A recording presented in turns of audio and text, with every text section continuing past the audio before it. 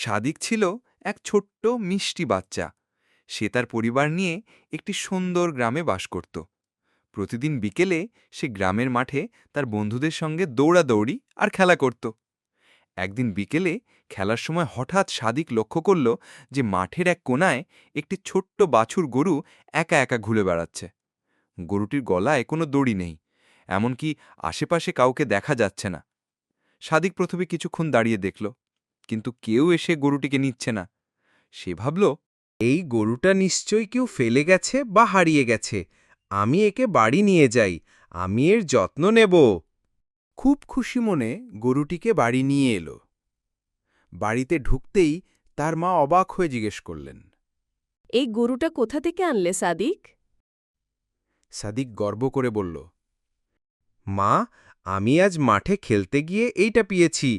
কেউই ছিল না আশেপাশে, তাই আমি নিয়ে এসেছি। এখন এটা আমাদের পোষা গরু হবে।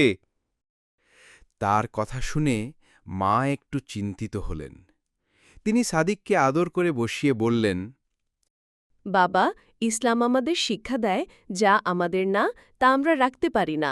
এটা হলো আমানত। যদি তুমি এটা রেখে দাও আর মালিক ফিরে এসে এটা খুঁজে না পায়, তবে সেটা হবে খেয়ানত। আর আমাদের প্রিয় নবী হজরত মোহাম্মদ সাল্লাল্লাহু আলাইহি ওয়াসাল্লাম বলেছেন, যে খেয়ানত করে সে আমার উম্মত নয়। তুমি ভালো কাজ করতে চাও তো, তাই না? সাদিক মাথা নেড়ে বলল, হ্যাঁ মা, আমি ভালো কাজই করতে চাই। তখন মা বললেন, চলো, আমরা গরুটিকে নিয়ে মসজিদের ইমাম সাহেবের কাছে যাই। তিনি আমাদের বলবেন কি করা উচিত। পরের দিন সকালে তারা দুজন গরুটিকে নিয়ে মসজিদের ইমাম সাহেবের কাছে গেল। ইমাম সাহেব খুব খুশি হলেন সাদিকের সততা দেখে। তিনি বললেন, সাদিক, তুমি খুব ভালো কাজ করেছ। গরুটি নিয়ে কেউ যদি আসেন তাহলে আমরা তাকে দিয়ে দেব, আর যদি না আসে আমরা গরুটির যত্ন নেব এবং মালিক খুঁজে বের করার চেষ্টা করব। আমানতের প্রতি সততা রাখা ঈমানের অন্যতম অংশ। এরপর মসজিদের মাইক থেকে ঘোষণা দেওয়া হল, একটি ছোট গরু পাওয়া গেছে।